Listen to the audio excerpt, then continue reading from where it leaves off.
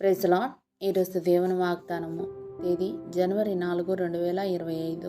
ఆదికాండము 3వ అధ్యాయం 15వ వచనము. మరియు నీకును స్త్రీకిని నీ సంతానమునకును ఆమె సంతానమునకును వైరము కలుగజేసేదను. అది నిన్ను తల మీద కొట్టును, నీవు దానిని మడమ మీద కొట్టుదవు అని చెప్పాను. ఆమేన్. పతనమైన మనిషికి ఇది మొదటి వాగ్దానం.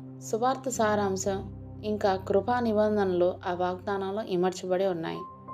స్త్రీ సంతానం ఎవరంటే యేసుక్రీస్తే. ఆయన మడిమ గాయపరచబడింది. శిలువ మరణం ద్వారా ఆయన కొట్టబడ్డాడు. అయితే సర్పం తలపై ఆయన కొట్టును అన్న వాగ్దానం ప్రకారం యేసుక్రీస్తు శిలువ మరణం పునరుత్థానాల ద్వారా అపవాది తల చితక్కొట్టబడింది. అది ఎంత అద్భుతమైన సంఘటన కదా.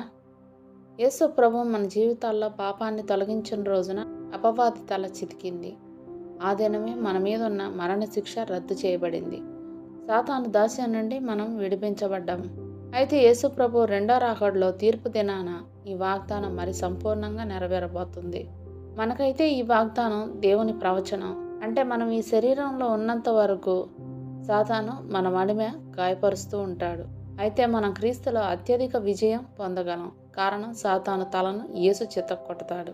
ఈ సంవత్సరం అంతా ఈ వాగ్దానపు మొదటి అంశాన్ని నేర్చుకుందాం. అపవాది నుండి, వాడి సంతానమైన భక్తిహీనుల నుండి మనపైకి శోధనలు, కీడులు వస్తాయి. మన మడిమను గాయపరిచి కొన్ని సమయాల్లో మనం కుంటేటట్లు అపవాది, వాడి సంబంధికులు మనకు చేస్తారు. అయితే వెనువెంటనే మనం దైవ వాగ్దానంలోని రెండవ అంశం ద్వారా ధైర్యపరచబడతాం.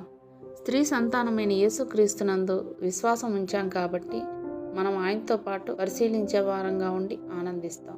దేవుడిచ్చిన ఈ వాగ్దానాన్ని స్వతంత్రించుకొని ఆయన కృతజ్ఞతాస్తుతులు చెల్లించుకుందాం. అట్టి కృప, ధన్యత దేవుడు మనకు అనుగ్రహించునుగాక. ఆమేన్. దేవుడు తన పరిశుద్ధ వాక్యం మన వినికిడి యందు దీవించునుగాక. ఆమేన్.